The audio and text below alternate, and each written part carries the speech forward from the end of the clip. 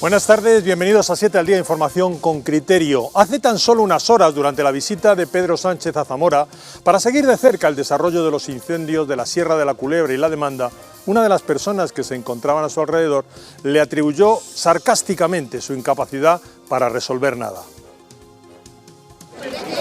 Ya hemos perdido la Sierra de la Culebra, ahora te queda también con la de la Demanda. Vete, qué mala. Arreglarlo, tú arreglar. Y ese es el problema real de Pedro Sánchez, que ya nadie, o al menos una gran parte de la población, le cree. No cree que pueda arreglar la inflación, ni la subida de precios de la comida, de la gasolina o de la electricidad. No le creen cuando hoy dice blanco y de nada vale la rebaja de impuestos y 2 días después de negro va y los baja, o si acto seguido sube los impuestos que repercuten en el recibo, siempre buscando, eso sí, agradar a sus socios parlamentarios. Y el problema no es solo que no le creamos aquí en España, y no importa de que presuma de que hablará con Biden en Madrid. Lo cierto es que su presencia ha sido ignorada en todas y cada uno de los encuentros de alto nivel que se han celebrado durante los últimos meses, sin contar con el papelón con Marruecos y Argelia. Prometer podrá prometer, pero quizás sea ya tarde para él y para el PSOE. Muy buenas tardes.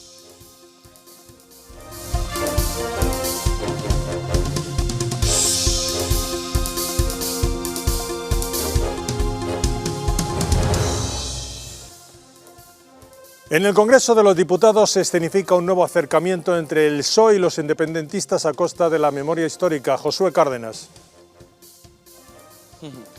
Pues así es, Antonio, el gobierno se acelera y parece que está intentando tapar la cuestión andaluza de las elecciones, proponiendo un montón de cosas y sacándolas a la palestra en este congreso. Y una de las que más llama la atención es que vuelven a sacar y a intentar que se ponga de manifiesto la nueva ley de memoria democrática. No lo consiguieron anteriormente, pero ahora intentan negociar con Esquerra, sacarla y que se ponga en funcionamiento. Luego les damos todos los detalles de esta y las otras cuestiones que está llevando a cabo el gobierno esta semana. Precisamente en Cataluña un informe ha demostrado la maniobra de ingeniería social que se está haciendo con los estudiantes de las escuelas a costa o a través sobre todo de la historia. Sergio Espósito. Un informe que presentó este pasado miércoles aquí en el Parlamento y también que muestra apoyo Vox, donde se dice que en los libros de historia de bachillerato no aparece todo lo que debería de aparecer. Aseguran desde AMES y Vox que solo se saltan 80% aproximadamente de toda la historia de España. Además, también hacen mucho inciso en todo el proceso que empezó aquí en Cataluña y sale también en estos libros de historia. Aseguran que no debería de ser así y que hace falta que se revise, que haya un control de calidad. En breves momentos os contaremos más detalles de esta noticia. Y muy enfadados están los fruteros. ¿Con quién? Con Gabriel Rufián. Rocío Hernández. Díselo, Orlando.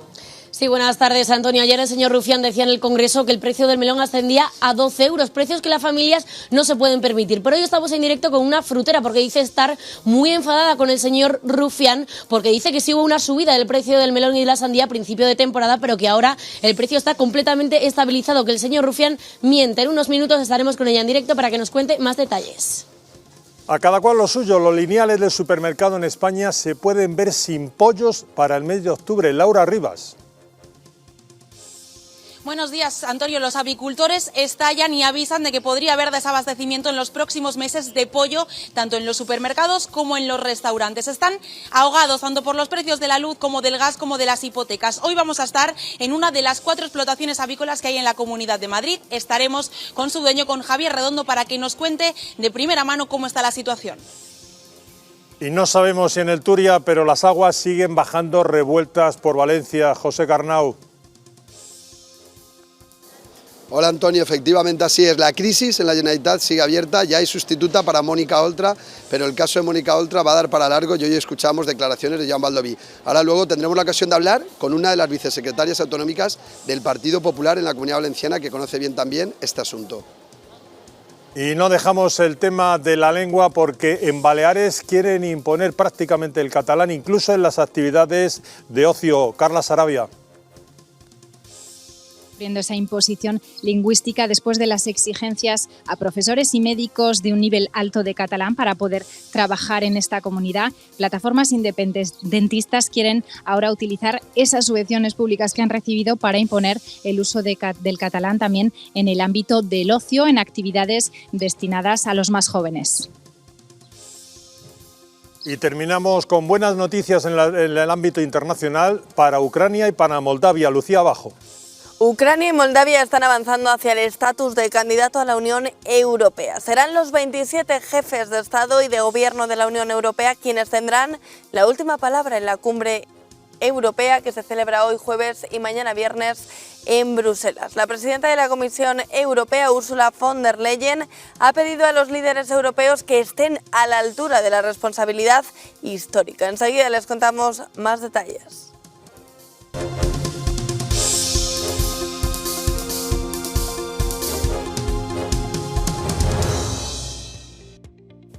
Como decíamos, y no vamos a abandonar un día más la actividad o la información internacional por lo que se refiere a Ucrania, pero hoy ha habido noticias, y ha habido buenas noticias en lo que se refiere a Moldavia y a Ucrania, y es que la Unión Europea ha dado un paso adelante para reconocerles, ha reconocido el estatus de candidato. ¿Qué quiere decir esto? Pues en un momento lo vamos a saber, pero en definitiva, al final es una, digamos, es una cuestión de imagen, de cara sobre todo a Rusia, de un apoyo como el que se está teniendo, además de con armamento, pues desde el punto de vista político.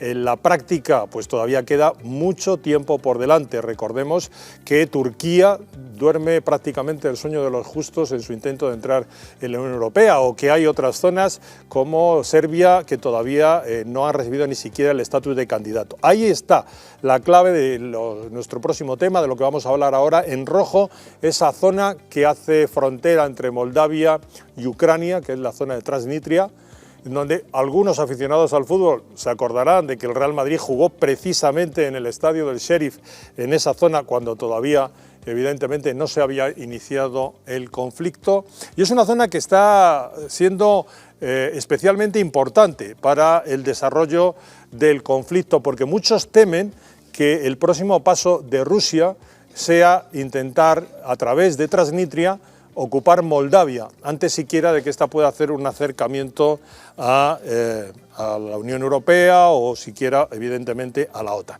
Pero bueno, para hablar más de todo esto está quien sabe, que en realidad están con nosotros Álvaro Peña. Saludos, muy buenas tardes, Álvaro. Buenas tardes. Cristina Giorgetta, que es periodista y que va a hacer de intérprete en este caso, con Claudiu Tarciu, que es copresidente y senador de la Alianza para la Unión de los Rumanos. Saludos, muy buenas tardes, dale la bienvenida en nuestro nombre. Gracias. A España, a Madrid y a 7NN.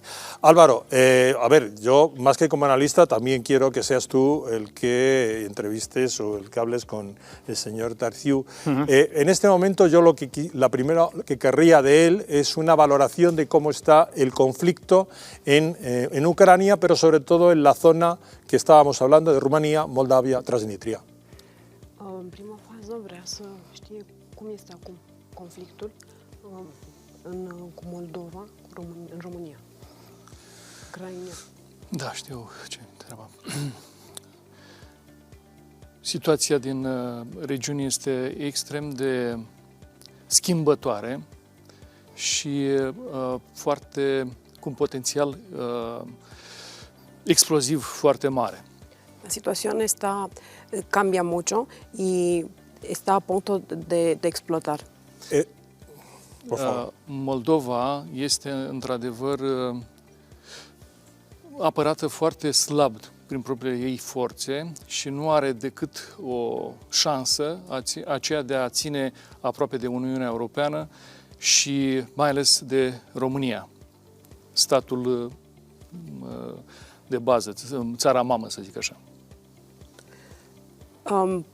Dice que Moldavia tiene pocos recursos y que está defendida muy poco y a ver, explícame esto con Moldavia. Moldova este al doilea stat românesc, e rupt din România. Moldavia es el segundo estado rumano que está apartado de Rumanía. este rupt, să înțeleagă toți, că poate aici nu e cunoscut, în timpul celui de-al doilea război mondial și este rămas despărțit de România până astăzi. Está apartado después de la Segunda Guerra Mundial y está separado de Rumanía hasta hoy. Prin voința URSS, pe care o moștenește astăzi Federația Rusă. Gracias a URSS, que es la Federación Rusa de hoy. ¿Hasta qué punto temen que Rusia pueda, desde el sur de Ucrania y a través de Transnistria, entrar en Moldavia y amenazar a Rumanía? Până în ce punct crede... Dacă este un pericol? Și dacă este un pericol și pentru o amenințare pentru România. Este o amenințare, Rusia este o amenințare pentru Republica Moldova. Rusia es un peligro para la República Moldavia. Dar nu este o amenințare pentru România. Pero no es una amenaza para Rumanía. Pentru că România este membră în NATO. Porque Rumanía es ya miembro de NATO, de la OTAN. Și în Uniunea Europeană și de aceea este apărată de două structuri foarte importante. También porque Rumanía está en la Unión Europea y como rumanos Rumanía está defendida de dos estructuras muy grandes, que es la Unión Europea y OTAN. Deci nu ne temem pentru noi, România, ci pentru Moldova, într-adevăr, pe care încercăm să o apărăm. No se temen por Rumanía, sino por Moldavia, que intenta a defender Moldavia. Se intenta. Iar în opinia noastră, singura modalitate ca Moldova să fie, Republica Moldova să fie apărată, este reunificarea cu România. Y se lucha para que Moldavia haga parte de Rumanía, porque así ya se puede defender. Pero la decisión de hoy, Álvaro, la decisión de hoy de la Unión Europea de que reconocer el estatus de candidato a Moldavia alejaría un poco la idea de esa unión con Rumanía. Bueno, sí, no, claro, vamos a ver. De hecho, es que están pasando varias cosas. Además, quería preguntarle al senador por eso, porque el pasado sábado hubo una votación conjunta. Se hizo a la vez en el Parlamento rumano y en el Parlamento moldavo una condena de la agresión rusa. Y bueno, creo que el senador estuvo allí. Y es una señal bastante importante, ¿no? Además de que se hizo después una danza que se celebró también cuando Rumanía se unifica en 1878, es decir, que fue muy simbólico. Entonces, bueno, hay ciertos pasos, porque claro, los moldavos están muy asustados. Entrar en la Unión Europea, eso lleva un plazo. Y el conflicto igual ese plazo no lo cumple, ¿no? Es decir, lo que me quieres decir es que es posible que Moldavia cediera y volviera otra vez a Rumanía. En Moldavia ha ido aumentando el número de personas que están a favor de esa opción y en Rumanía es bastante mayoritaria, en general el sentir es bastante a favor. Sí, pero bueno, podría, claro, es que tienen el problema de Transnistria, donde además hay un pequeño destacamento, pero hay tropas rusas destacadas. Entonces, de hecho, anteayer, perdón, el gobierno moldavo también prohibió las emisiones de Russia Today, de la propaganda rusa, y luego, por otro lado, la oposición en Moldavia es muy prorrusa. Participaron, por ejemplo, en el desfile de la victoria. Es decir, que hay una especie de cóctel explosivo ahí que va a depender mucho de cómo evolucione la guerra. Es decir, si los rusos logran avanzar por el sur, cuanto más cerca estén los rusos de las fronteras de Moldavia, mayor va a ser el peligro, lógicamente. Por favor. Sí. Quería preguntarle por la reunión en la que estuvo en el Parlamento moldavo el sábado pasado y la importancia que eso tiene. Vreau să te întreb despre reuniunea de la Parlament de sâmbătă trecută și ce importanță are asta. Are o importanță de declarație de solidaritate. Tiene o importancia de declaración de solidaridad. Însă, noi știm că aderarea Republicii Moldova la Uniunea Europeană este un proces de lungă durată. Aunque la adheración de Moldavia en la Unión Europea, sí. Es un proceso muy largo. Și acest lucru nu va fi posibil în următorii 5, poate 10 ani. Y esto no va a ser posible en los siguientes 5 o 10 años. Desde luego es un proceso muy largo. De aceea zicem că pentru o protecție imediată a Republicii Moldova este mai ușor să facă reunificarea și o să explic de ce. Por eso, para que Moldavia sea protegida, lo más fácil ahora mismo es que se reunifique. La reunificación. Deja există jumătate aproape din cetățenii Republicii Moldova sunt și cetățeni ai României. La mitad de los ciudadanos moldavos son ciudadanos rumanos. Și există o interdependență comercială, economică, care poate crește.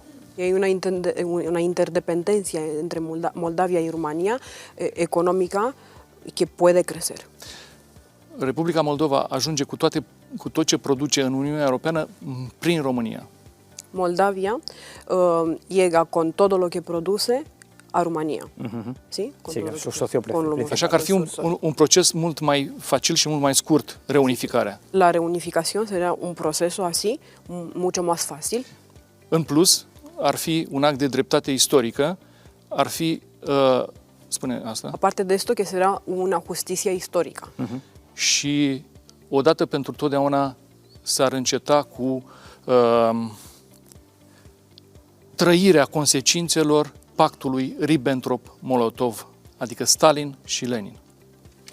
Y una vez para siempre se puede apagar el conflicto de Stalin, Lenin. Sí, se refiere al tema de lo que se firmó el pacto Ribbentrop-Molotov. Sí. Una última pregunta, te la dejo a ti. A ver, escógela, sí, porque es la última pregunta, no tenemos tiempo para más. ¿Cree, senador, que con la situación actual, con la presencia también de una minoría rusa en Moldavia, quizá Rusia se viera amenazada o podría llegar a utilizar la violencia contra Moldavia si ese proceso fuera hacia adelante? Am înțeles ce a spus. Da, există posibilitatea ca Rusia să se folosească de minoritatea rusă din Republica Moldova pentru a încerca să intervină armat acolo. Sí, existe la posibilidad que los rusos pudieran intervenir utilizando las fuerzas de la minoría. Dar nu credem că o va face. Pero no creen que lo van a hacer. Este un alt front pe care ar trebui să-l deschidă. Es otro fronto que tienen que abrir. Și ar fi o provocare directă până la urmă a Uniunii Europene și a NATO. Y sería una provocación directa hacia la Unión Europea y al OTAN. Y a la OTAN. Muy bien. Pues muchísimas gracias a los tres, Álvaro. Darle las gracias y dile que no tenemos tiempo para más. Tenemos mucha actualidad por delante. Gracias a vosotros. Vamos a cambiar de continente porque nos vamos hasta Hispanoamérica. Y es que coincidiendo con el reciente triunfo de Gustavo Petro en Colombia, se ha desatado una ola de protestas en Ecuador organizadas por la Confederación de Nacionalidades Indígenas CONAIE, organización vinculada al Foro de Sao Paulo. Y todo indica que es precisamente el Foro de Sao Paulo y el Grupo de Puebla los que no quieren esperar a las próximas elecciones, sino que Guillermo Lasso entregue el poder para ser sustituido por un populista o por un marxista. Una vez más nos encontramos con que toda la desestabilización en Hispanoamérica llega de la mano del Grupo de Puebla. ¿Y qué es el Grupo de Puebla? Lucía, abajo. Antonio, el Grupo de Puebla es un foro que reúne a los líderes de los partidos progresistas de 16 países de Latinoamérica y de España. Se fundó en 1990 por iniciativa de Fidel de Castro y Lula da Silva. Han participado en esta red también Ione Belarra, Zapatero o Irene Montero. Este grupo ha celebrado la victoria del narcocomunista Gustavo Petro en la segunda vuelta presidencial de Colombia. De esta manera esperan que el siguiente país en caer en las redes sea Brasil, que por cierto celebra sus elecciones en octubre. Gustavo Petro se ha visto envuelto en grandes escándalos debido a sus alianzas contra el narcotráfico, su propuesta para legalizar las drogas, sus vínculos con el grupo terrorista M-19 del que formó parte y que estaba apadrinado por Fidel Castro, su vinculación con el grupo de guerrilla urbana Primera Línea y la financiación de esta por parte del Ejército de Liberación Nacional, cártel del narcotraficante. Antonio. Muchas gracias, Lucía. Volveremos a ocuparnos, sin lugar a dudas, de esas revueltas indígenas. Pero vamos a quedarnos un poco más cerca, en Madrid, porque todo está listo para la conferencia de la OTAN en la capital de España. Y precisamente uno de los puntos fuertes viene siendo, se lo estamos contando aquí en 7NN, esa idea del reforzamiento del flanco sur de la OTAN. El ministro de Exteriores, Unión Europea y Cooperación, José Manuel Álvarez, ha avanzado que la cumbre de la OTAN, que se celebrará en Madrid los días 29 y 30 de junio, acogerá una sesión de trabajo centrada específicamente en las amenazas que plantea el flanco sur. Jordania como Mauritania son dos socios claves de la OTAN en el marco del diálogo mediterráneo, cuya creación recuerdo que impulsó España desde sus inicios. En esta línea ha subrayado que entre los invitados a la cena de ministros de Exteriores que se celebra el miércoles figuran los de Jordania y Mauritania, y allí el tema también se abordará específicamente. Por su parte, la ministra de Defensa, Margarita Robles, ha asegurado que España ha sido capaz de trasladar que el flanco sur es muy importante y ha aludido a la hambruna causada por la guerra de Ucrania en Somalia. Están la población literalmente muriéndose de hambre porque no llega el grano, porque no hay canales de salida. Se espera que en esta cumbre participen 44 delegaciones internacionales y en esta se pretende que los líderes aliados respalden un nuevo concepto estratégico que guíe la transformación de la OTAN durante la próxima década y aborde la vecindad sur. El presidente de Estados Unidos, Joe Biden, mantendrá la próxima semana, ya está confirmado, reuniones con el rey Felipe VI y con el presidente del gobierno, Pedro Sánchez, para confirmar lo que han denominado fuerte relación bilateral que hasta el momento no se ha visto por ninguna parte. Así al menos lo ha confirmado una funcionaria de alto rango de la Casa Blanca. El presidente de Estados Unidos, Joe Biden, mantendrá una reunión bilateral con el rey Felipe VI y con el presidente del gobierno, Pedro Sánchez, antes de la cumbre de la OTAN que se celebrará en Madrid la próxima semana.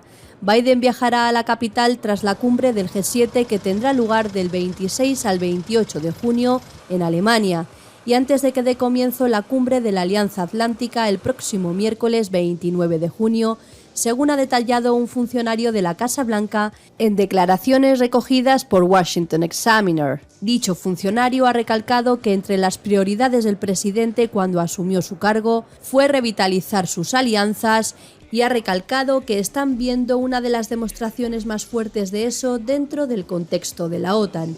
Esta será la primera vez que Pedro Sánchez y Felipe VI mantengan una reunión bilateral en privado con el mandatario estadounidense desde que Biden tomara posesión como presidente de Estados Unidos el pasado 20 de enero de 2021. Más de 10.000 policías van a intervenir en la seguridad de esta conferencia de la OTAN, pero es que además hay que custodiar la operación Estrecho, pero es que además hay que mantener la seguridad en las calles. Desde luego se le está pidiendo un esfuerzo ímprobo a las fuerzas de seguridad que al parecer ellas no ven correspondidas por el Ministerio del Interior. Lucía Bajo. Así es, Antonio. El próximo 29 y 30 de junio, más de 10.000 policías nacionales y guardias civiles se movilizarán con motivo de la cumbre de la OTAN, concretamente por la puesta en marcha de la operación del Estrecho, ya que consideran que tienen jornadas largas y repletas de trabajo para garantizar la seguridad de los ciudadanos. En cambio, el Ministerio del Interior se ha olvidado de la equiparación salarial con el resto de cuerpos policiales. Es algo que llevan reclamando ya muchos años y ahora han dicho basta, y precisamente por eso han anunciado ya las movilizaciones. Por ejemplo, la Policía Nacional y la Guardia Civil perciben salarios inferiores a los de los policías autonómicos. Entre 2018 y 2021, los miembros de las fuerzas de seguridad del Estado cobraban de media un 21,5% más. Por ejemplo, el sueldo de un guardia civil se compone de un complemento y del sueldo base, que es de entre 20.000 y 22.000 euros de media anuales. El de un policía nacional se compone de retribuciones básicas y complementarias. Se traduciría, por tanto, en 25.000 euros de media al año, incluidas las pagas extras. Sin embargo, un mozo de escuadra tiene un salario anual que oscila entre los 35.829 y los 89.029 euros. Antonio. No nos extraña que no esté nada contento los cuerpos de la Policía Nacional y de la Guardia Civil. Don César Alvarado, portavoz del SUB, ¿ha pensado usted en hacerse mozo de escuadra? ¿Yo? ¿Mozo de escuadra? Sí. No, en absoluto. No. Bueno. No, en un cuerpo politizado no quiero saber nada de un cuerpo politizado. En un momento volvemos con usted y nos va a explicar qué es lo que va a ocurrir y sobre todo ese plus de esfuerzo a cambio prácticamente de nada, pero ahora hacemos una pausa. De acuerdo. Ya hemos perdido la Sierra La Culebra, ahora te queda también con la de la demanda. Vete y quémala. Arreglarlo, tú arreglar.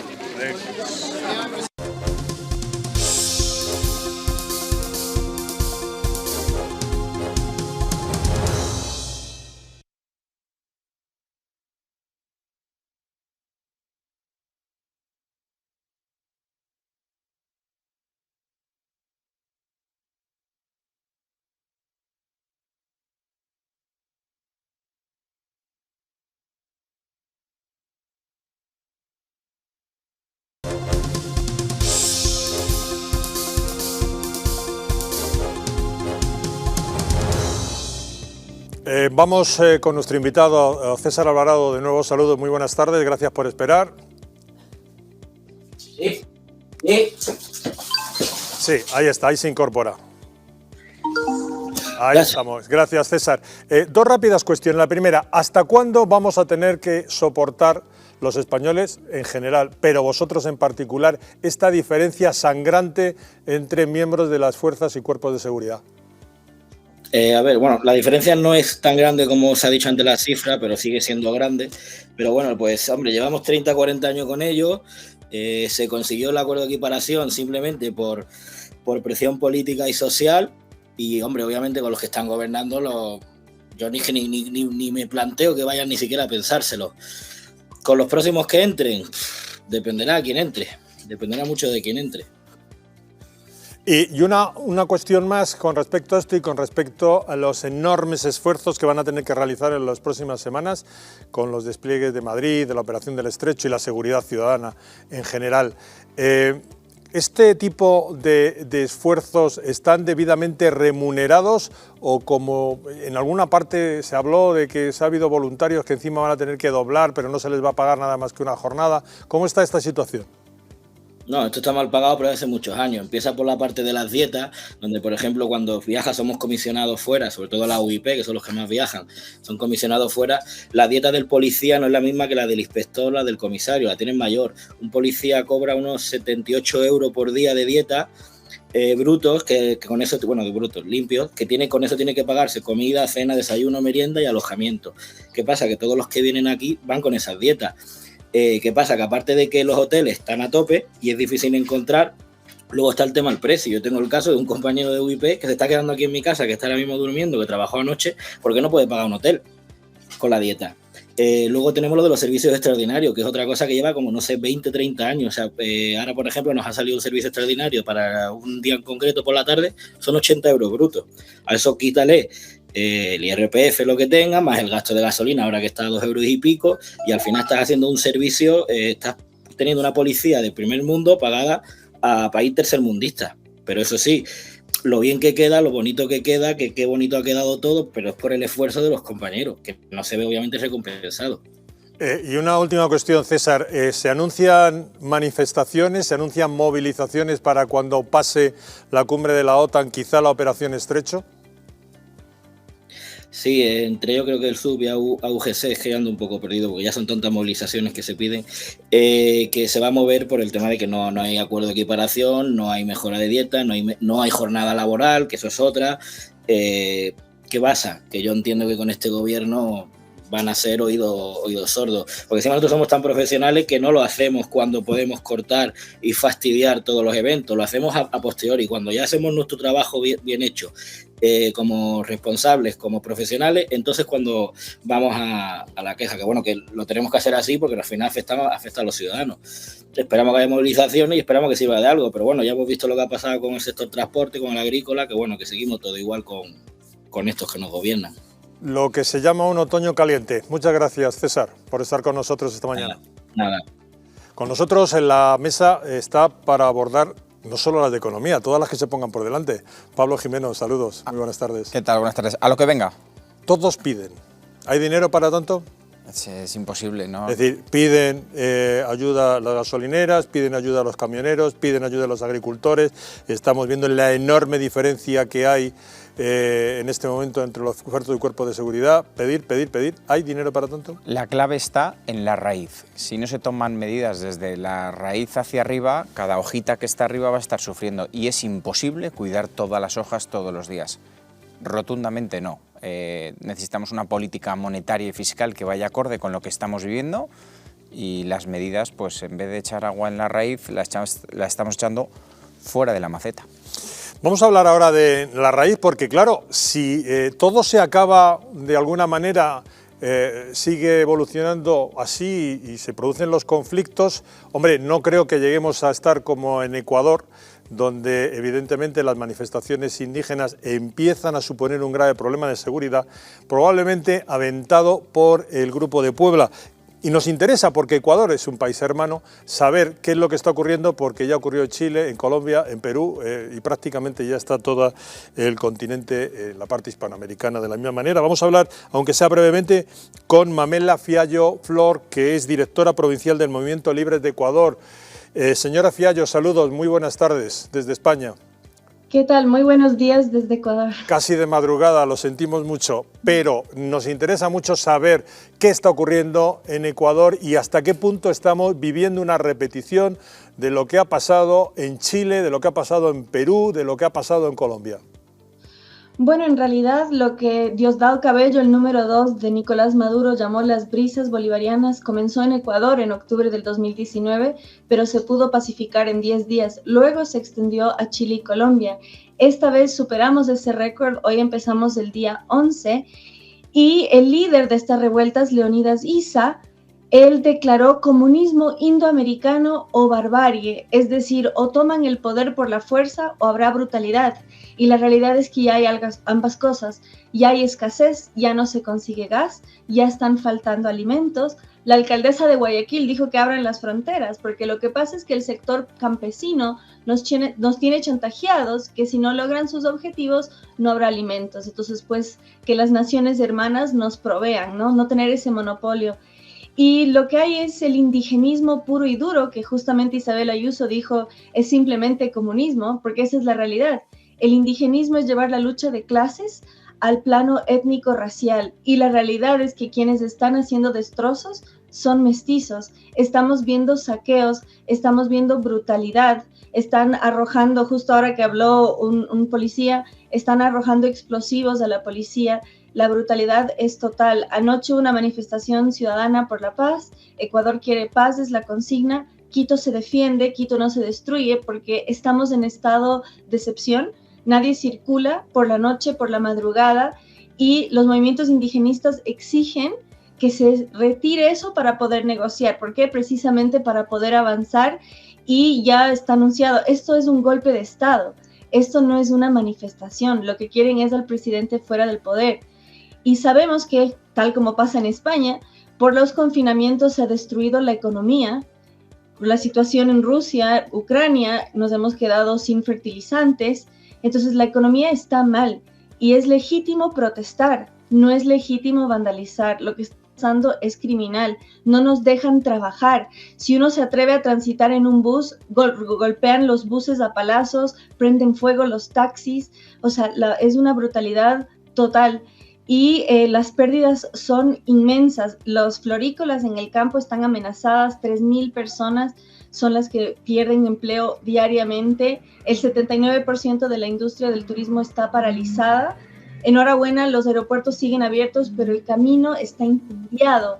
O sea, realmente lo que vive Ecuador es una violencia brutal y no quieren negociar. Y ahora, por último, el presidente está con coronavirus, lo cual ha complicado aún más las negociaciones. Entonces, señora Fiallo, sí. Una cuestión rápida.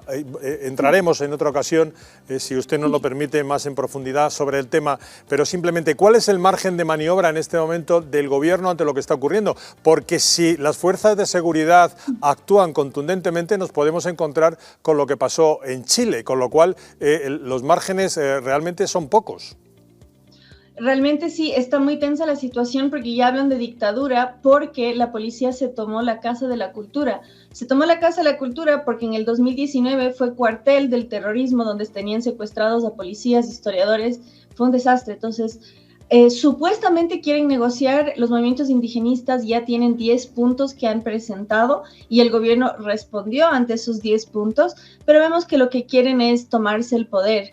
ilegítimamente, porque el líder ni siquiera ganó las elecciones dentro de los movimientos indigenistas, entonces mucho menos a nivel nacional. La oposición a los paros es masiva, pero el miedo es aún mayor porque la violencia es brutal.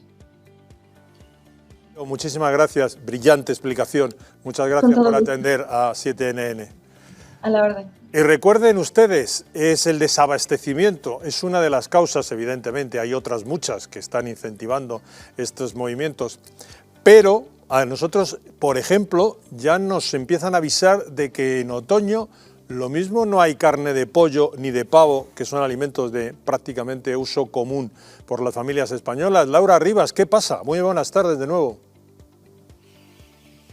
Muy buenas tardes, Antonio. Sí, porque seguro que ya los usuarios han visto el alto precio que hay del pollo en los supermercados, que ha subido también la cesta de la compra en general, pero no solo eso, porque los avicultores estallan y nos avisan de que habrá desabastecimiento en unos meses, porque la situación para ellos es insostenible. Están ahogados por los altos precios de la luz, del gas, por los altos precios de las hipotecas. Hoy nos hemos venido hasta una de las 4 explotaciones avícolas que hay en la Comunidad de Madrid. Estamos con Javier Redondo, con su dueño. Buenos días. Hola, buenos días. Javier, ¿cómo está la situación? Porque todo sube.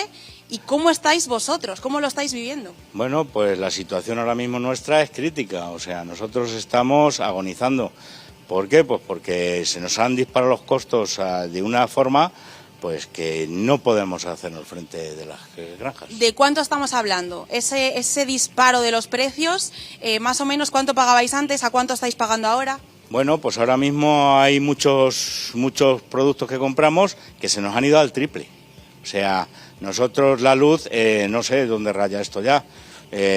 Antes veníamos pagando una factura de unos 600, 700, nos hemos ido a 1.650, pero eso sin animales. O sea, yo ahora en verano no sé qué va a ser. Claro, y es que eso al año, me decías antes, hemos pasado a lo mejor de un coste de 20.000 a unos 70.000, es que es una barbaridad, estamos hablando del triple. Sí, totalmente, o sea, hay otros productos que no, pero la mayoría, lo que es cama, lo que es calefacción y lo que es, se nos ha disparado al triple de lo que había. Claro, porque es que para que los espectadores lo entiendan, para que se hagan una idea, ahora mismo aquí hay una temperatura muy alta, estamos a 30 y pico grados, hace mucho calor, hay mucha luz, mucha energía, altos precios de la energía.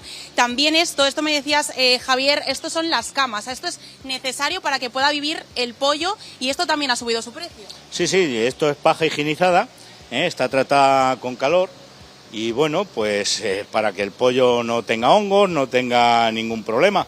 Y bueno, pues claro, pues todo se dispara porque se trata térmicamente y claro, es eso más el porte. O sea que nos hemos ido de madre. ¿Y dónde está el beneficio? Porque con todos estos altos costes, ¿dónde está el beneficio vuestro? Pues el beneficio se quedó.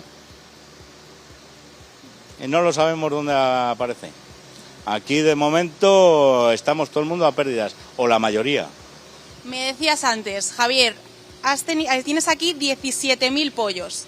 Me decías, me he equivocado. ¿Por qué? Sí, pues yo creo que me he equivocado pues porque tenía que haberme esperado a finales de agosto para coger buena temperatura de calor del mes de agosto y la terminación en el mes de septiembre, que es mucho más fresca.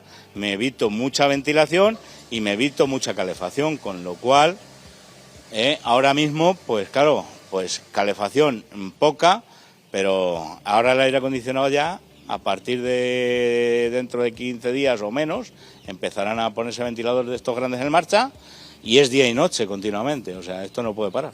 Antonio, cuéntame. Concretamente, voy a poder Antonio, creo que quieres hacer una pregunta. ¿Sí? Eso es, Laura, gracias. Quería preguntar simplemente, ¿voy a comer pollo en septiembre y octubre y pavo en Navidad? La pregunta del millón te la hace nuestro presentador. ¿Vamos a comer pollo en septiembre, en octubre y pavo en Navidad? Pues hombre, está difícil el tema, porque claro, con las circunstancias que hay no interesa meter animales, porque es que no vas a poder pagar ni la luz, o sea, entonces, claro, la gente hemos aguantado, tenemos un remanente, pero aguantamos hasta que podemos, cuando ya no podemos, pues no, y es fácil que sí. De hecho, nosotros no sabemos si vamos a poder meter otra crianza. ¿Y qué está haciendo el gobierno para ayudaros? Pues hasta ahora nada, estamos ahí pendientes de una asociación que estamos tratando de hacer, porque aquí, claro, la unión hace la fuerza, Y bueno, pues protege-tu-avicultura.com, vamos a ver si somos capaces de poder hablar y poder arreglar la situación que tenemos. Pero de momento ningún tipo de ayuda por su parte, el ministro no se ha puesto en contacto con ustedes, no están valorando la situación. Bueno, va a haber una subvención de unos 2.000 euros más o menos por el tema de la guerra de Ucrania, por el tema del cereal. Pero claro, pues oye, 2.000 euros, bienvenidos sean, ¿no? Pero claro, no es la solución, el problema... Para vosotros eso es prácticamente nada. No es nada, o sea, no es nada. A nosotros un camión de esto pues son 4.000 o 5.000 euros ya lo que vale un camión de cama.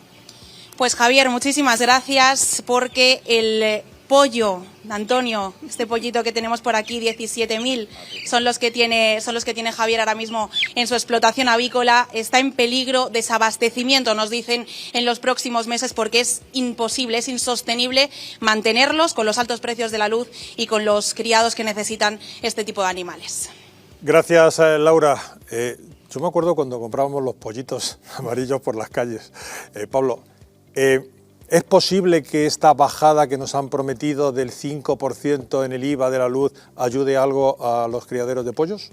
Bueno, a ellos absolutamente nada, porque además él es una empresa y para él el IVA no es un gasto. O sea, que te bajen del 10 al 5% el IVA para combatir la inflación es como si te tiro por una escalera de 25 peldaños y te doy una tirita para el dedo. O sea, es absolutamente. Esto es decir, que no consumidores... No vale absolutamente nada. El sábado hay Consejo de Ministros, se va a aprobar la bajada del IVA del 10 al 5% y reducir el 50% el abono transporte. O sea, esto es como si te bajan €1 por ir a la barbería y 2 euros más por otra cosa. Absolutamente nada y no vale para combatir el gran problema de base que tenemos, que es la inflación. Y si además le suben los impuestos a las eléctricas, que normalmente ley de historia, vida, acaban repercutiendo en el consumidor.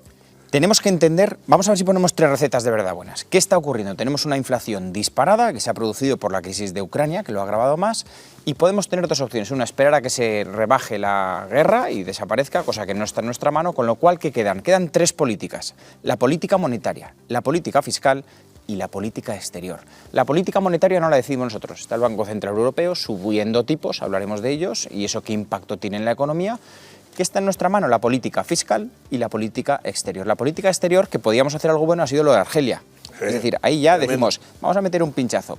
Y la política fiscal simplemente consiste en bajar impuestos, que lo están haciendo. Lo que pasa es que ya es tanta la gente que se está quejando y tantos sectores que como no cuidemos, lo que hablábamos antes. Como no cuidemos al sector empresarial, pues ni va a haber pollo, pero no va a haber pollo ni ningún otro alimento que conlleve o energía o materias primas.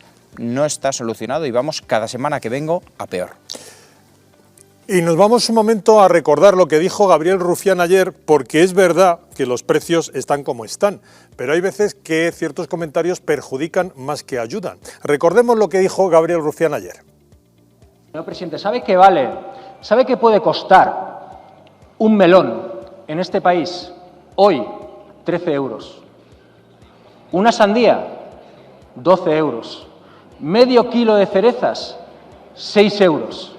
Señor presidente, en un país en el que el salario medio anual es de 16.300 euros, ¿cómo cree que la gente puede llegar a comprar fruta en verano?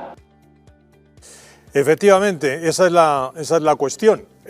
Pero resulta que las afirmaciones, según los fruteros, no son ciertas. Y eso, en vez de ayudarlos, encima les has perjudicado, les está perjudicando. Rocío Hernández, ¿a cómo está el melón y la sandía? Pues enseguida te lo contamos porque, como dices, Antonio, estamos en una frutería, pero como has dicho, llevamos días viendo en los telediarios y también lo han dicho en el Congreso que el melón y la sandía había subido los precios y que este año costaba hasta 3 veces más que el año pasado. Nosotros, como decimos, hemos hablado con muchos fruteros que nos dicen que es verdad que al principio de la temporada, debido a la escasa producción y a la alta demanda, sí que se dispararon los precios, pero que ahora los precios están completamente asentados, están, por tanto, que no están tan altos como están diciendo, como han escuchado el señor Rufián, que decía que el precio del melón ascendía a 12 euros. Nosotros estamos con Carmen de Mundifruit, de Colonia de Los Ángeles, si no me equivoco. Ciudad del Ángel, efectivamente. Carmen, ¿es cierto estas palabras del señor Rufián? ¿Cómo os han sentado a los fruteros? Pues no, nos ha sentado fatal porque ahora, lejos de subir, están bajando. Es normal que se estabilicen los precios, puesto que está empezando a venir más producción. ¿A cuánto está, por ejemplo, aquí en tu frutería el melón y la sandía? Pues mira, el melón está a 2,95 y la sandía a 1,95 el kilo. ¿Ese precio es el mismo que del año pasado, el de ahora mismo? Pues ahora mismo sí. El año pasado, por estas fechas, estaba todo igual.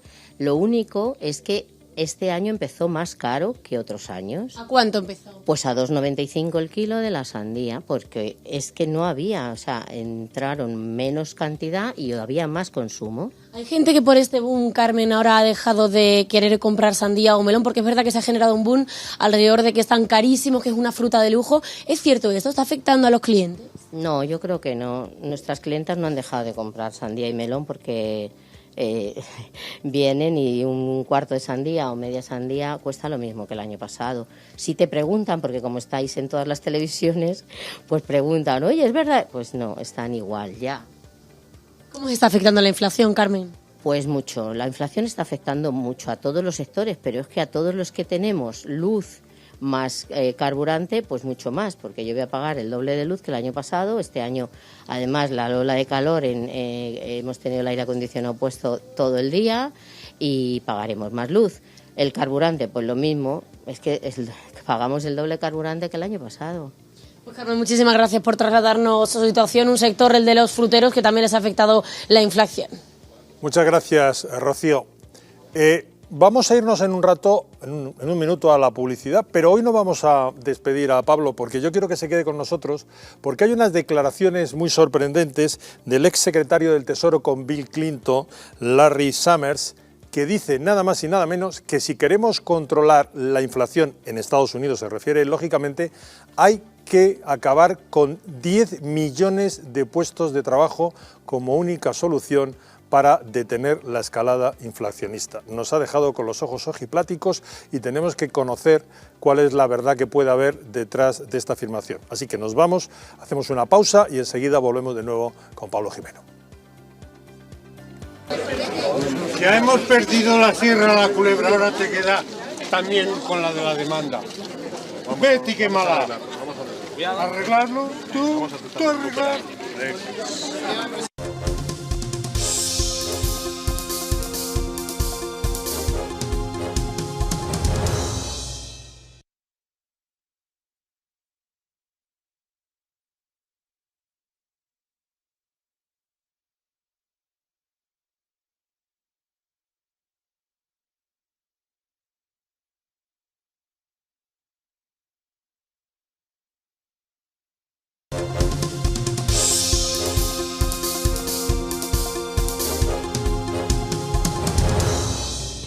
Y abrimos nuestro último bloque, damos la bienvenida a Raquel Tejero. Raquel, saludos. ¿Qué tal? Buenas tardes. Y hoy, como siempre, ha publicado algo muy interesante en el debate sobre Yone Belarra, pero luego hablamos de ello. Luego hablamos de ello. Luego hablamos de ello y ahora vamos con esa cuestión tan interesante que señalaba Pablo Jimeno, que es chocante, que es rompedora, porque resulta que aquí no hablamos más que de salarios, de subir los sueldos, de crear empleo, y llega un pope de la economía norteamericana, el secretario del Tesoro con Bill Clinton, y dice, no, para acabar con la inflación y acabar con esto hay que entrar en un ciclo con una pérdida de 10 millones de puestos de trabajo. Bueno, es un tema interesantísimo y además este señor, que es exsecretario del Tesoro, sabe bastante más de economía que, por ejemplo, Rufián, que decía que un melón cuesta 12 euros y no estamos todavía a esos niveles.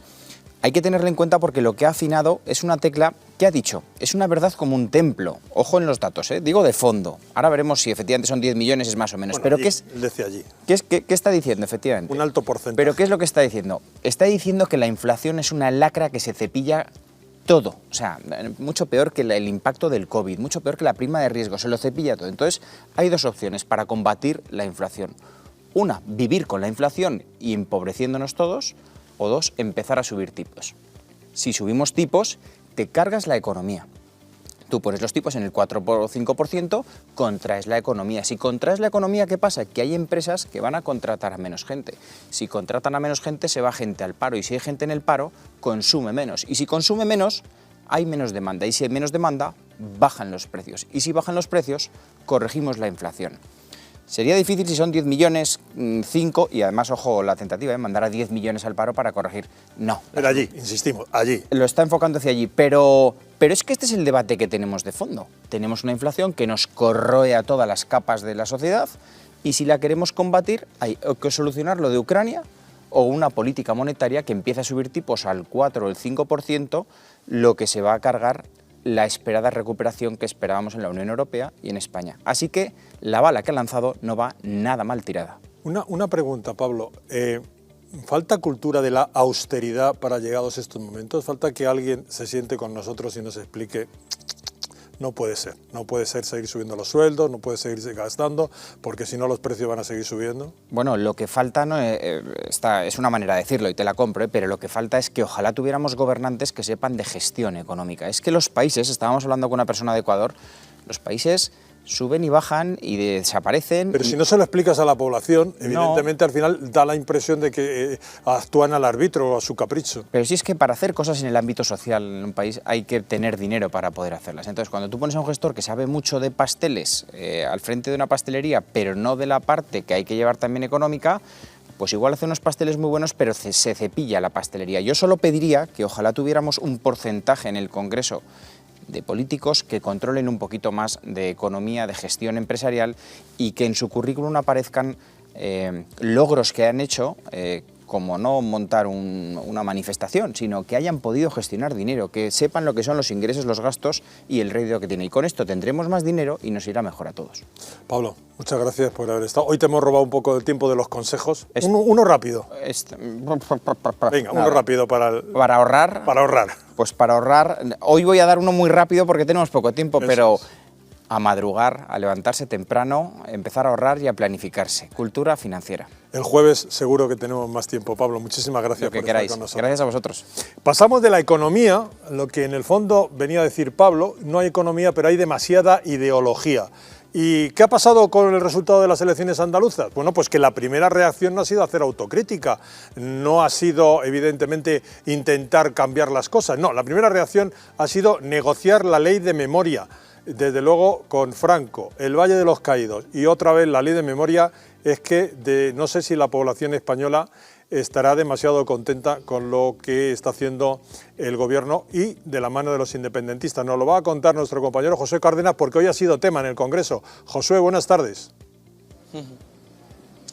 Pues así es, Antonio, el gobierno se acelera y después de la hecatombe de la izquierda en las elecciones andaluzas, en el día de hoy ha querido ponerse manos a la obra y empezar a sacar temas que tenía ocultos o que sabía que en otras épocas del año no podía sacar adelante. ¿Y cuál es el mayor ejemplo? La ley de memoria democrática. Venimos de una ley de memoria histórica de la etapa de Zapatero, pero el PSOE quiere dar un paso más y poder negociarla con Esquerra Republicana y Bildu. Estos dos partidos en su día dijeron que no querían apoyarla y por eso el Partido Socialista tuvo que esconderla. Bueno, pues ahora la vuelve a sacar en este Congreso de los Diputados, lo ha anunciado su portavoz Héctor Gómez y por eso vamos a ver cómo van esas negociaciones y si la semana que viene se puede votar esa ley y si al final consiguen independentistas y socialistas ponerse de acuerdo para sacarlas adelante.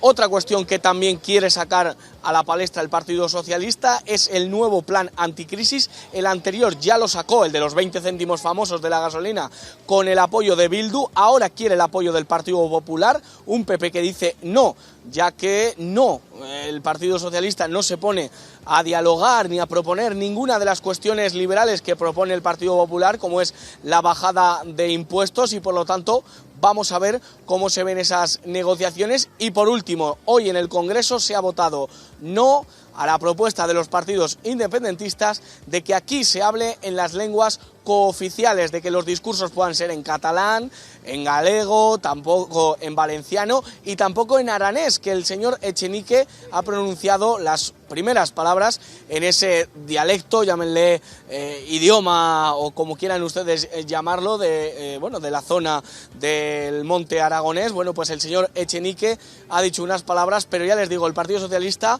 en un halo de lucidez, ha decidido votar no, al igual que Partido Popular, Vox y Ciudadanos. Si tenemos más invitados para comentar, pues nos pides paso. Muchas gracias, Josué. Raquel, cuántas cosas Lo de la interesantes. memoria, sí, pero a mí lo que me llama la atención es volver a recurrir al comodín de la memoria. Fue histórica cuando evidentemente se querían cargar la historia y ahora es democrática y ya la memoria no Bueno, se... y recordamos que con esto es con lo que empezó Pedro Sánchez su mandato, con sacar a Franco del Valle de los Caídos, fue su gran medida nada más llegar. El asunto es que comentaba Pablo una cosa muy interesante y es cómo es posible que en el Congreso no haya personas que sean capaces de gestionar, que sean capaces de tener un balance de resultados y saber interpretarlo. Bueno, pues uno de los motivos, y esto es muy impopular decirlo, es que los sueldos de los políticos no son equiparables a aquellos empresarios de éxito en las empresas y por lo tanto a los empresarios no les merece la pena trabajar en el Congreso de los Diputados porque aparte de tener mucha más, bueno, al final estás en el ojo del huracán, no tienes una remuneración como que te merezca la pena y por lo tanto tenemos unos políticos que solamente pueden sacar adelante medidas como esta, que no nos vale absolutamente para nada y especialmente en el momento en el que estamos, porque hay una cosa muy importante. Y es el ciclo de la política y en España pasa muy especialmente. Siempre hay un ciclo de bonanza en el que se está muy bien, en el que vivimos todos más o menos bien y ahí es cuando empezamos a sacar todo tipo de medidas ideológicas, de medidas sociales que quedan muy bien al presidente de turno. Ese presidente normalmente repite legislatura, pero poco a poco la economía va bajando por los ciclos económicos y también por la mala gestión y luego tiene que venir la derecha a meter recortes. Y así todo el tiempo y no aprendemos absolutamente nada. Seguimos intentando fijándonos, bueno, sobre todo los políticos, nosotros no, porque si fuera por nosotros hablaríamos de cosas más importantes, pero los políticos siguen empeñados en la ideología cuando primero hay que arreglar, entre otras cosas, la economía. Pero tú fíjate hasta qué punto llega la ingeniería social. Vamos a tomar como ejemplo lo que está ocurriendo en Cataluña. Tenemos allí a nuestro compañero Sergi Espósito que nos va a explicar o nos va a hablar del informe que demuestra a las claras el mecanismo de ingeniería social que están haciendo con los adolescentes, sobre todo a través de la historia, para convertirlos en ¿qué? ¿En licenciados? ¿En graduados? No, en votantes. Sergi, saludos, muy buenas tardes de nuevo. Muy buenas tardes, pues este informe fue presentado este pasado martes aquí en el Parlamento de Cataluña a través del sindicato AMES y con el apoyo de Vox. Y este informe dice que los alumnos de bachillerato no están estudiando la historia tal y como debería de ser en España, sino que, según este sindicato, se estudia un 90% menos de la historia que están estudiando los alumnos en Cataluña. También hacen un claro ejemplo que en los libros de historia catalanes salen reflejados los últimos 3 años cuando empezó el procés y hacen mucho recalco también a esta parte de la historia.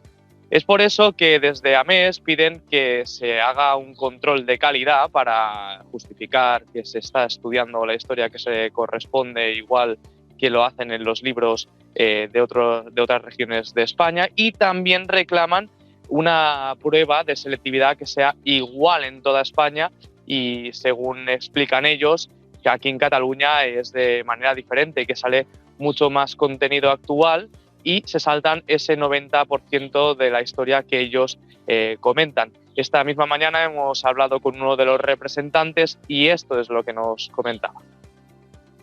El nivel de los manuales es realmente muy malo, es ínfimo, explica solamente una parte muy pequeña de la historia de España, desde 1874 hasta nuestros días, que coincide con el auge del catalanismo político y no es por casualidad. Tenemos una manipulación absoluta porque prácticamente se dedican a explicar por activa y por pasiva toda la mitología historiográfica del catalanismo político, que tiene muy poco que ver con la realidad en muchísimas ocasiones. Lo fundamental sería establecer un control de calidad sobre los manuales. Otra medida fundamental sería establecer una prueba única para toda España para los alumnos que han cursado la materia de historia.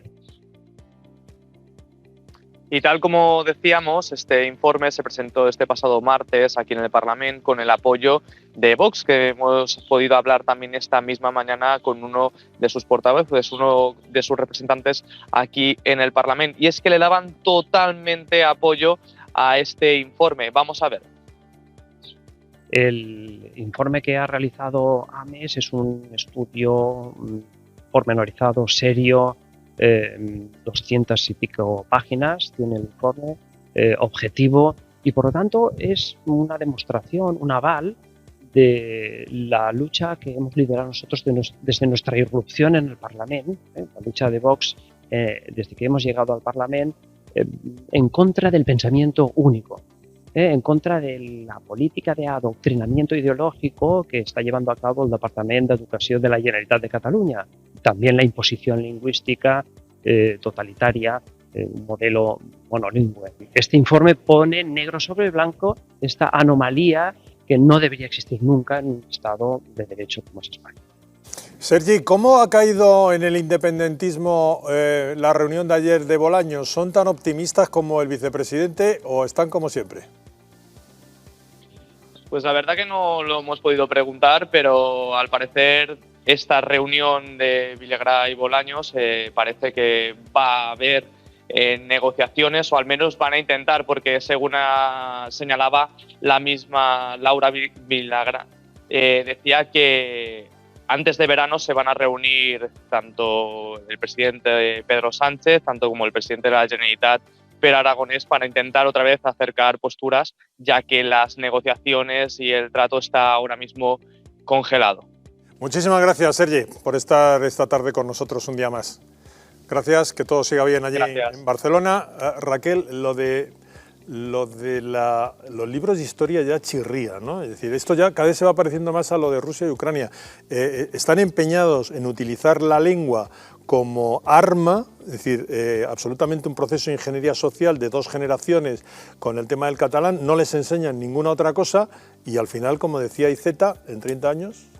Y además es que esto hay que tener en cuenta que no es algo nuevo, que es algo que se lleva desarrollando durante años. Francisco Oya, que le habéis entrevistado, ha sido la primera persona en hablar. Yo le conocí en el año 2017, cuando él era, no me acuerdo si era profesor o director de un colegio en Cataluña, y yo he estado con él revisando libros en aquel momento, y él me enseñaba ya las barbaridades que estaban en los libros en aquel momento. Y desde aquel momento en el que gobernaba el Partido Popular el gobierno de España, que no estaban los socialistas gobernando, eso ya se llevaba desarrollando. Por lo tanto, no es algo de ahora, no es un problema solamente del gobierno actual, sino que es algo que se lleva haciendo esa ingeniería social durante años, y al final los niños, pues es que si no creen a sus profesores y a los libros, ¿a quién van a creer? Es decir, lo ha estado consintiendo el Partido Popular. Sí, claro. Hay que recordar que había un informe escondido en los cajones en donde se denunciaban todas estas cosas y quizá por eso no salen con la contundencia que tenían que salir cuando un sindicato presenta un informe tan demoledor como este. Sí, esto también es culpa del Partido Popular, y el que quiera decir que no es que está ciego. Es algo que se lleva perpetrando durante años, que se ha consentido por lo que ellos han considerado un bien mayor, ¿no?, que es esa convivencia con Cataluña, y que ha dado resultado, como lo que está ocurriendo ahora, ese continuo chantaje de los independentistas, o como lo que ocurrió en 2017 con la celebración de un referéndum. Al final, cuando a unos niños les convences desde pequeños que Cataluña es un país, que Cataluña debería ser independiente y que el Estado español es el culpable de todos los males de Cataluña y de los catalanes, pues al final esos niños, cuando crecen, en 2017 montan un referéndum ilegal y pasa lo que pasa. Donde también se sigue o se está siguiendo el mismo sendero, el mismo cauce, es en Baleares. Y allí nos hemos enterado que ya el gobierno balear da una cantidad importante de euros, creo que en torno a los 240.000, para que los niños durante este verano en las actividades de ocio no hablen castellano, sino que los monitores se empecinen en hablar catalán. Nos vamos con Carla Sarabia. Carla, saludos, muy buenas tardes.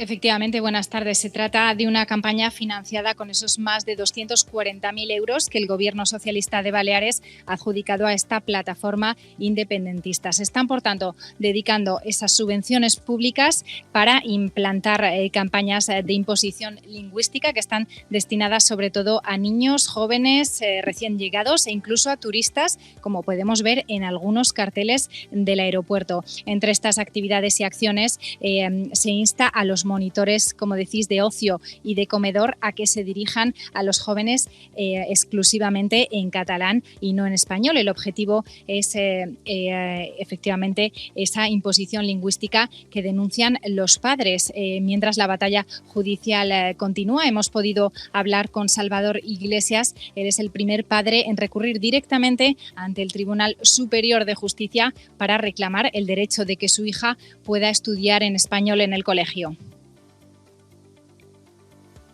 Se produjo un silencio administrativo y queda la vía judicial y es la que estamos ejerciendo ahora para que se respete el derecho de mi hija, que no es ni más ni menos que el mismo derecho que tienen los hijos de los catalanoparlantes. Claro, con la pequeña diferencia que mientras yo y mucha gente como yo respetamos el derecho a educarse en catalán, parece ser que los progresistas, tolerantes y demócratas privan de ese derecho a mi hija. Aquí quien debería tener miedo es quien ha tenido la osadía de privar a los españoles de aprender en español. Bueno, aquí el modelo educativo y el sistema educativo está repleto de frases que no tienen mucho sentido, como escuela de éxito, integración, los niños son esponjas. Y claro, la mayor parte de los peninsulares que están en estas islas suele ser gente con poca formación, que cuando llegan a las escuelas se le cuentan este discurso se lo acaban creyendo. Este discurso es falso. Los niños aprenden mejor en su lengua materna. Me voy a quedar con la frase de los niños son esponjas, y es de lo que estábamos hablando antes. El problema es que siendo esponjas pueden coger el agua o pueden coger cualquier otro líquido, que en este caso es el catalán, que es lo que les están infundiendo. Y además me llama la atención especialmente la obsesión de la izquierda de llenar sus discursos con la palabra igualdad. Todos los discursos llevan la palabra igualdad. Ahora vamos a hablar de otra. Bueno, eso ya es otro tema aparte. Y si hay algo más importante para lograr una igualdad entre los ciudadanos es tener una educación de calidad que te permita el día de mañana, estudias en Baleares, estudias en Cataluña, en Valencia, en Galicia o donde sea, poder desplazarte al menos por tu territorio, por el territorio de tu país. Que una persona, que un niño que se educa en Baleares o que se educa en Cataluña o que se educa en Galicia, que también hay que decirlo muchas veces, luego venga a Madrid, donde tenemos aquí los estudios, y no pueda realizar correctamente una actividad laboral porque tiene dificultades a la hora de expresarse o a la hora de escribir, eso sí que es desigualdad. Y en eso la izquierda no recae, o no quiere recaer, por supuesto. Algunos de los diputados que vienen de Cataluña habría que suspenderles o despedirles en una empresa por no saber expresarse correctamente. No, desde luego que sí. Bueno, y ya ahora como quieren poner dentro del Congreso de los Diputados, bueno, al final no ha salido como ha explicado Josué, que cada uno hablase en una lengua, que eso también es muy gracioso, ¿no? Cada uno habla en una lengua cooficial y luego los españoles somos los que pagamos esos traductores. Es que es un sinsentido. Y teniendo en cuenta que todos lo que queremos es prosperar en la vida, que a nuestros hijos les vaya bien, que nuestras familias puedan llegar a fin de mes, esto solamente son trabas y al final van a lograr que estos niños queden completamente marginados. Trabas y dinero. Trabas y dinero. Se lleva la asociación esta más de 240.000 euros que se va a llevar por intentar que todas las actividades de ocio los niños las vivan en catalán. Menuda pesadilla para los pobres en sus vacaciones. Volvemos al Congreso porque ahí está nuestro compañero José Cárdenas con doña María José Ferrer San Segundo del Partido Popular. Cuando quieras, Josué, saludos. Perdón, nos vamos a Valencia. Es que me he equivocado yo, no era nuestro compañero en Madrid, era Joseca, que está en Valencia, y efectivamente con quien no me he equivocado es con la invitada, con María José Ferrer San Segundo del Partido Popular, y entre los dos nos van a aclarar si las aguas del Turia bajan revueltas o no bajan revueltas con el tema Oltra. Joseca, saludos. Así es, compañeros, efectivamente, muy bien, estamos con María José Ferrer San Segundo, es una confusión lógica y no pasa absolutamente nada, es una diputada, es una concejal, perdón, del Partido Popular, y hay que tener en cuenta algo más, que yo creo que es importante, y ella es vicesecretaria autonómica y es profesional del derecho y además doctora en derecho, conoce muy bien también el caso de Mónica Oltra y vive muy de cerca toda la crisis que está ocurriendo en el Consell. María José Ferrer, bienvenida. Buenas tardes, ¿cómo estáis? Un saludo especial a vosotros.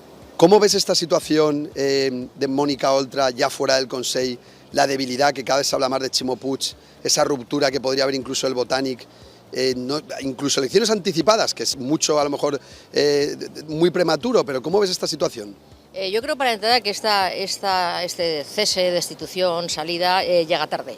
Llega tarde, hace muchos meses, hay muchísimas razones acumuladas durante muchos meses para que ella se hubiera ido voluntariamente, para que sus compañeros de Compromís y de Unidas Podemos, que aquí forman un tripartito, le hubieran dicho tienes que irte por incoherencia política, no solo con su yo sí te creo, que han olvidado en este momento, donde se han olvidado absolutamente de la víctima, sino también con la exigencia que ha hecho ella respecto de otros casos anteriores. Es decir, el pasado, su pasado, donde a primer requerimiento exigía dimisiones y ceses fulminantes a gente que ni siquiera había ido a declarar, la persigue y la ha perseguido hasta este momento. Pero tenemos a un presidente de la Generalitat, que es Ximo Puig, que ha mantenido a una vicepresidenta del Consell con unas circunstancias donde, en fin, no vamos a entrar ahora mismo en detalles por falta de tiempo, pero preguntaré lo que sea, basta ver el auto del juez instructor de 71 folios, donde dice, bueno, con la claridad que puede decir un auto, que hay indicios razonables de comisión de delitos importantes de abandono de menores, de una menor que era una menor tutelada, que era la hija, por decirlo de alguna manera, desde el punto de vista jurídico del Consell. Y por tanto, yo creo que esto llega tarde, llega mal. Yo creo que ya al final, en fin, se ha ido en parte también por sus propios compañeros, que muchos bailes, por cierto, absolutamente vergonzantes.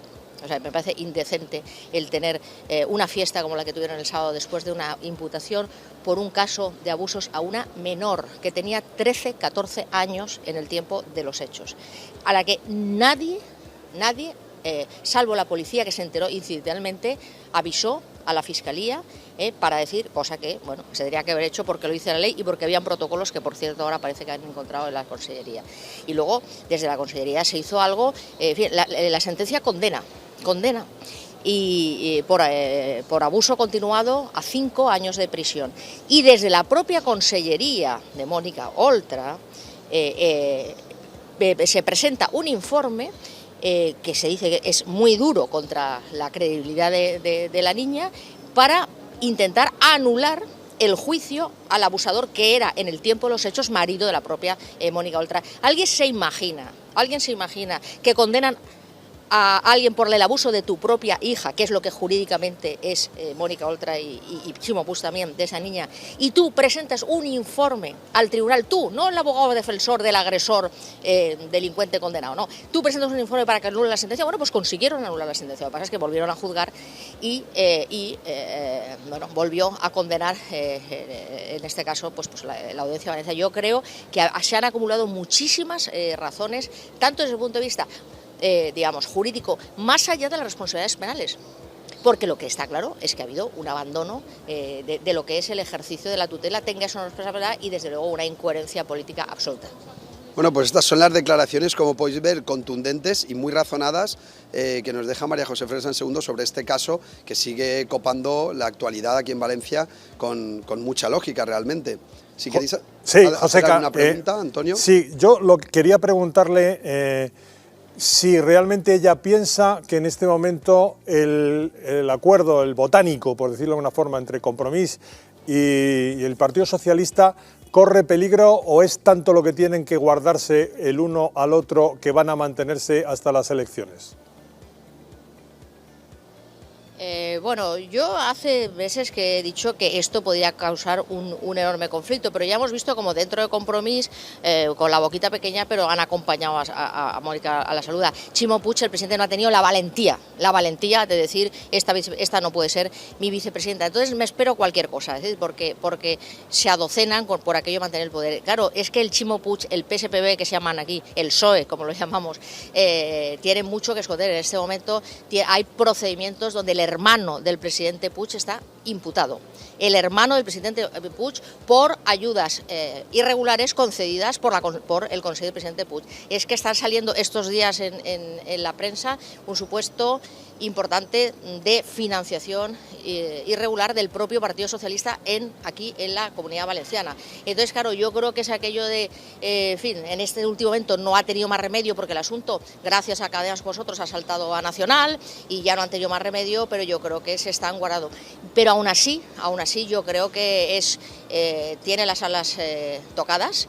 realmente y que pudiera en algún momento determinado poder caer este tripartito, donde por cierto Unidas Podemos no ha dicho ni media. Yo quisiera oír a todas las feministas, y no a las feministas que defienden a la mujer, que esas somos muchas, y también a los hombres, sino a las feministas, haber dicho alguna, decir, oye, yo creo a esta niña, tutelemos a esta niña, porque es que esta niña, es que no hemos oído ni de Unidas Podemos, ni de Compromís, ni del PSOE, ni una sola persona, ni mujer ni hombre lo ha dicho. Y yo tengo que decir una cosa, cuando el otro día decía Mónica Oltra que ella estaba atacada por los poderosos, y por defender a los vulnerables, no, vulnerables es una menor tutelada, que por tener una vida dificilísima, con unos padres, en fin, en una situación muy complicada, ha tenido que estar desde los 3 años tutelada por la Generalitat. Pero es que vulnerable es esa misma persona ahora, que con apenas, no sé, porque tenía 13 o 14 años, pero que con 20 años está ya por su segundo hijo, donde tenía un sitio, en fin, consiguió un puesto de trabajo pero en un hospital, pero privatizaron o desprivatizaron o rescataron la concesión de ese hospital y también la despedió la Generalitat, y no tiene las ayudas que debía tener una persona vulnerable. Es decir, yo ya no pido que le pidan perdón, porque parece imposible, Mónica Oltra, la Consellería y Ximo Puig, sino que ayuden a una mujer vulnerable. Es de verdad absolutamente incoherente y los vulnerables son así, y es a los que hay que ayudar. Ya está bien de mentiras y de incoherencias. Muchas gracias, ambos. Pues Joseca. así es, ayudas, el tema que decía ahora. Sí, sigue. Adelante. No, dime, Joseca, dime.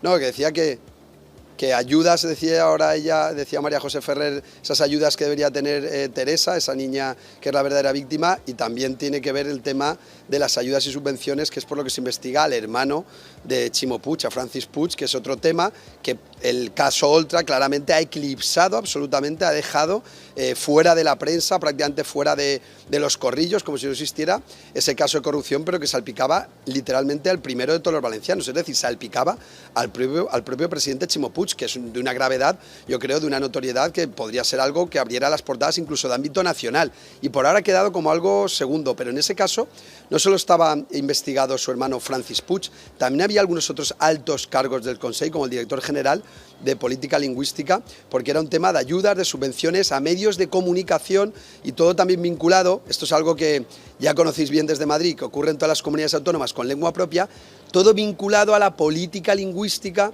al publicar, a que los medios de comunicación, sobre todo de prensa escrita, utilicen la lengua valenciana y publiquen en valenciano o no, y por lo tanto reciban más o menos ayudas públicas. O sea que ahí hay una trama que también vamos a seguir de cerca, porque nos puede parar alguna sorpresa en el futuro, y no dudemos que con la guerra abierta, y ayer lo dijimos en esta misma casa, una guerra, no sé si tildar de fratricida, pero dura, entre Compromís y el PSPB-PSOE, puede suponer que si sale cualquier cosa, los propios políticos de Compromís se lancen también y hagan una crítica dura al actual presidente Ximo Puig, porque la tensión ya vimos y la relación está absolutamente rota entre la exvicepresidenta Mónica Oltra y el actual presidente Ximo Puig. Joseca, antes de que se nos acabe el informativo, ¿qué pasa con las últimas averiguaciones? Pues si los quieres comentar también con la diputada.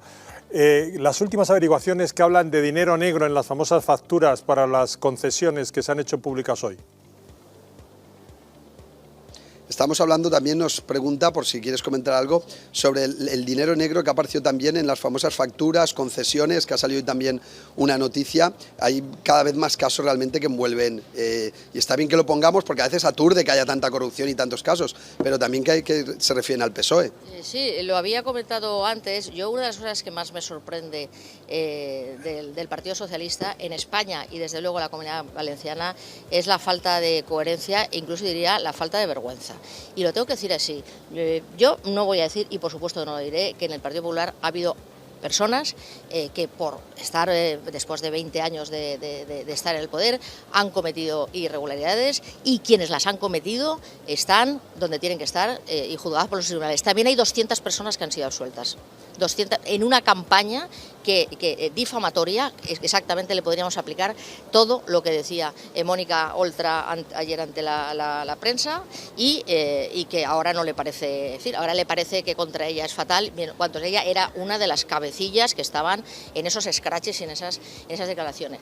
Pero es que, claro, es que aquí están todo el día diciéndonos, han estado años diciéndonos que aquí había una hipoteca reputacional, etcétera, etcétera. Les hablabas de Andalucía, que es el mayor caso de fraude fraudes y engaños y de corrupción de la historia de España y puede que de Europa, y te decían que, en fin, que no hay que decir y tú más, pues, pero es que aquí estaban silenciando, que han tenido durante años, incluso estando en la oposición, han tenido, por lo que se ve presuntamente, yo para esto soy letrado y creo en la presunción de inocencia, han tenido, por lo que está saliendo, pues mordidas de un 6%, parece ser que es lo que ha salido hoy en la prensa. No podemos decir, pero yo creo que día a día se irán los aconteciendo. Entonces, un poquito de humildad y menos hipotecas reputacionales y más congruentes. Como pueden ver, hay cabreo, hay tensión también en las filas del Partido Popular en la Comunidad Valenciana, y así lo ha manifestado nuestra compañera ahora, María José Fresán Segundo, que es concejal del Ayuntamiento de Valencia. Muchas gracias. Muchas gracias, Joseca. No nos vamos a ir de Valencia y seguiremos estos días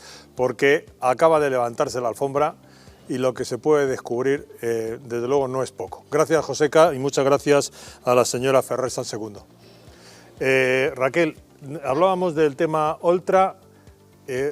Realmente resulta vergonzoso que a estas alturas ciertas ministras todavía no hayan dicho nada, y tú hoy publicas precisamente en el debate que se empiezan a interesar, a diversificar su interés a base de dinero, otra vez de dinero público, claro, pero siguen calladas con respecto al tema de esta mujer, de esta niña. Bueno, están calladas a la hora de apoyar a la víctima, pero no están calladas a la hora de apoyar a Mónica Oltra, a la que han calificado, entre otras cosas, de ejemplo, que es lo que comentábamos de la ministra Ione Belarra. ¿Y qué ha hecho a la vez Ione Belarra? Pues por una vez, por un lado, defiende a Mónica Oltra a ultranza, publicando ese mensaje en sus redes sociales. Y de esa manera desprecia a la víctima. Y por lo tanto desprecia a la víctima, que hay que recordar que era menor en su momento, y a su vez, desde su propio ministerio se gasta 85.000 euros en hacer una campaña muy bien gastada a favor, en contra de la violencia contra los menores. Está muy bien que se hagan campañas en contra de la violencia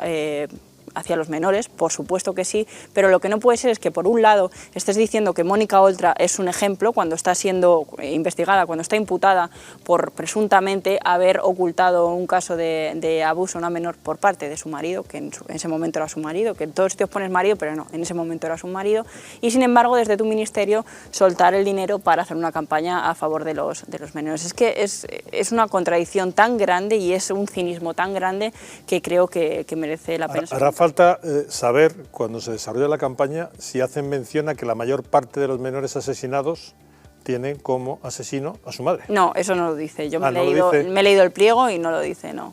Sí que hacen mucha mención precisamente a la violencia sexual contra las niñas, que es curioso, ¿no? Que es lo mismo que le pasó a la víctima del exmarido de Mónica Oltra, pero a eso no hace mención. Porque hay que señalar que cada vez que uno se solidariza, en el caso de las ministras, con Mónica Oltra, se está llamando embustera a la víctima y se está llamando corruptos al fiscal, a los jueces y al Tribunal Superior de Justicia. Sí, es que el yo sí te creo depende de la persona de la que estemos hablando. Quien ha hablado de lo ocurrido en Valencia ha sido la presidenta de Madrid, Isabel Ayuso, que se refería ayer al Pacto del Botánico. Quería comentar, hemos visto también en los medios que hoy el ministro de Presidencia, el señor Bolaños, se va a reunir con la consejera de Presidencia de Cataluña para analizar las inversiones en esta comunidad autónoma. A mí me gustaría y le pediré también que tenga bien recibir al consejero de Presidencia y el consejero de Transportes de la Comunidad de Madrid.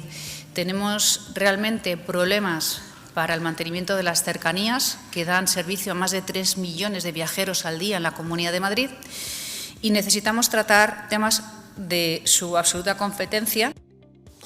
El abandono para infraestructuras que dependen exclusivamente del Gobierno central es la denuncia de una Isabel Ayuso, Raquel, que a última hora debe estar muy satisfecha a esta hora en contra de todos los que la rodean, porque la Fiscalía Anticorrupción, esta es la última hora, ha archivado la demanda contra el hermano de Isabel Díaz Ayuso, Raquel. Bueno, desde luego que es una noticia muy importante para la presidenta. Es cierto que yo aún sigo teniendo algunas dudas sobre este caso, tengo que decirlo. Me da exactamente igual que sea la señora Isabel Díaz Ayuso, que sea el Partido Popular y que sea un partido de derechas, pero yo todavía tengo ciertas dudas sobre este caso. Pero sí que es cierto que creo que a nivel judicial no tenía ningún tipo de recorrido y ya se sabía desde hace tiempo y Isabel lo sabía. Pero aún así yo sigo teniendo algunas dudas sobre esto. Bueno, el caso es que ella sí presentó todos los papeles. Es evidente que en esa situación de urgencia podía haber dudas, Pero ¿se podría interpretar esto quizás como una posibilidad, vamos a hacer tabla rasa y ahora la Fiscalía Anticorrupción despacha los 300 y pico millones que hay en los otros 11 denuncias? Espero que no. Espero que no, porque los otros casos, si esto pintaba regular, los otros pintan muy mal. Hay asuntos muy raros de empresas que se dedicaban a una cosa y luego se dedicaron completamente a otra. Es cierto que durante la famosa yesería, es cierto que muchas empresas, aunque no tuviesen esa dedicación, sí que tuvieron acceso porque fueron rápidos al material sanitario y luego pudieron especular con esas mascarillas, pero sí que es cierto que los materiales se compraron a unos precios muy altos por parte del gobierno, comparado, no comparemos con tiempos atrás, por supuesto, porque la situación era diferente, pero comparado con las compras que se habían hecho desde las comunidades autónomas. Por lo tanto, ahí hay muchas dudas todavía también que resolver y espero que Anticorrupción se porte. Esperemos que se porte Anticorrupción.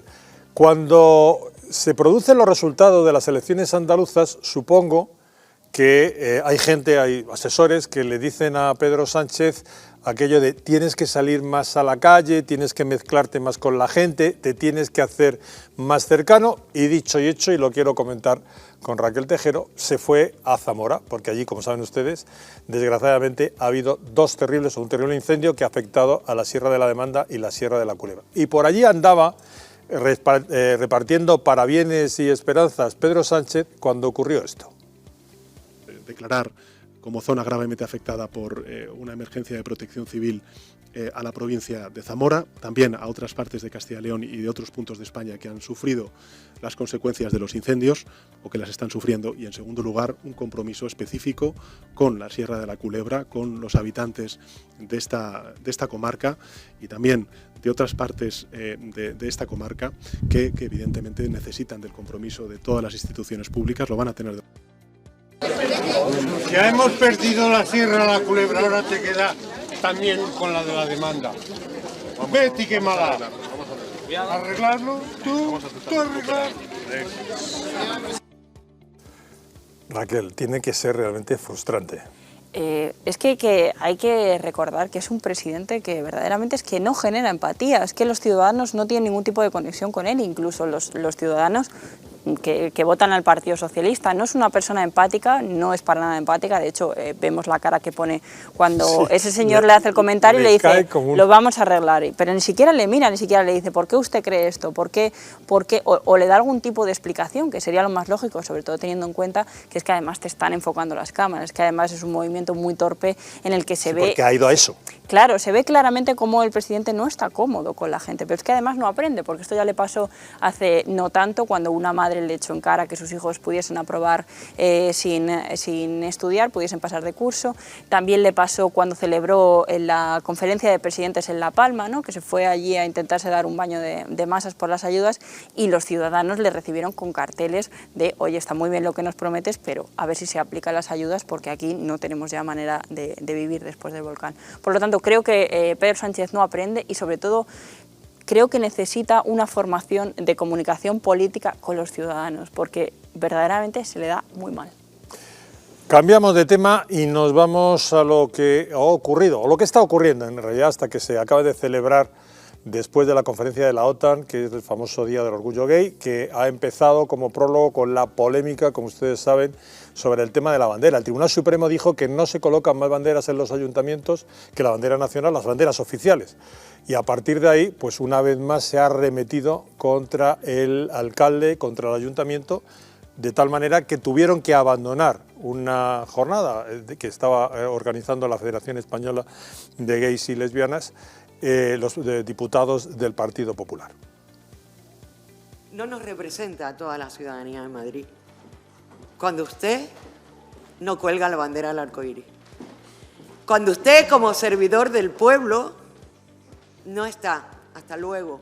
Ahí está el respeto a la diversidad del PP, del Partido Popular. Ese es el respeto a la diversidad del Partido Popular. El respeto a la diversidad pasa por no politizar un acto que durante muchos años se celebró sin tanta carga política y que ha ido separando, Raquel, a las personas, incluso a los componentes de este movimiento. Yo he ido en muchas ocasiones, hace años. Es cierto que en los últimos años no he ido precisamente por ese carácter político que se ha impreso, por desgracia, en estos días. Y además es que esta señora no tiene razón, porque el primer desfile del orgullo se hizo con un gobierno de Madrid. Tanto la Comunidad de Madrid como el alcalde de Madrid han dado bastantes subvenciones a todo el colectivo, por lo tanto no tienen ningún tipo de lógica más allá de la ideológica. Cuando tú criticas a alguien, independientemente de que te esté ayudando, significa que no estás criticando a esa persona porque no lo está haciendo bien, sino simplemente por el partido en el que milita o por el partido en el que representa. Y por lo tanto ya pierdes toda la razón cuando hablas de que hay que ser una sociedad inclusiva. Pues es que inclusivo también es esto. Vamos a ver algo más sobre esas reacciones contra el Ayuntamiento de Madrid y contra el alcalde José Luis Almeida, que de todas maneras, si hiciera lo que hiciera, seguro se lo hubiera llevado. El Partido Popular no aprende la lección y vuelve a rectificar respecto a la imposición de la ideología LGTBI en la ciudad de Madrid.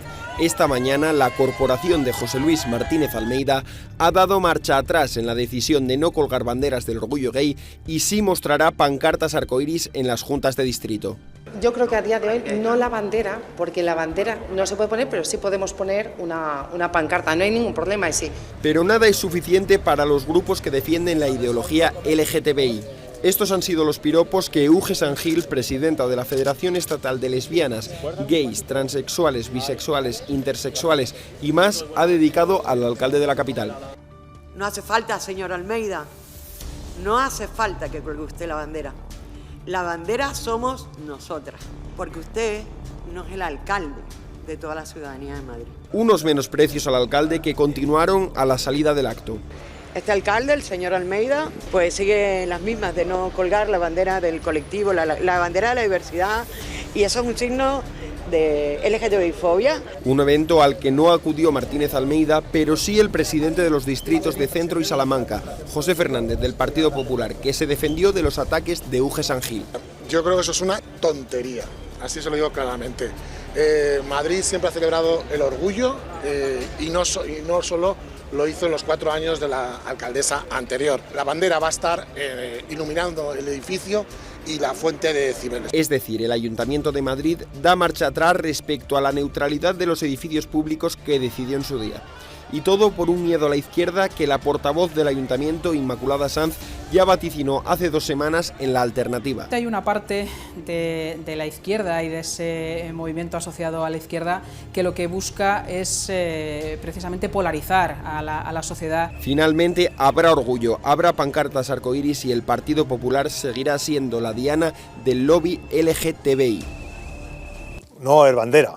Lo que sí va a haber, se dice que la bandera, pero está iluminada, es decir, los colores sobre el ayuntamiento, pero bandera no, física, de tela, entre otras cosas porque el Tribunal Supremo ya reconoció que solo se pueden poner las banderas oficiales. El Tribunal Superior de Justicia de Aragón ha metido algo de confusión, pero la sentencia o la resolución del Tribunal Supremo fue claro y es lo que se está aplicando. Por otra parte, decir que en Madrid o que la alcaldía es una ciudad homófoba no tiene ningún sentido. Madrid ha sido considerado durante mucho tiempo, fue en su momento capital mundial del orgullo. Los españoles, el 96% de la población madrileña está a favor del matrimonio homosexual. Algunos otros datos que nos ha proporcionado nuestro compañero Javier Villamor. Es la segunda ciudad más importante del mundo en la celebración del orgullo gay. Lo han desnaturalizado ellos y el alcalde... Capital europea y capital mundial del orgullo. Y el alcalde no tenía más remedio que justificar o salir al paso de algo que no debiera ser ni siquiera cuestionado.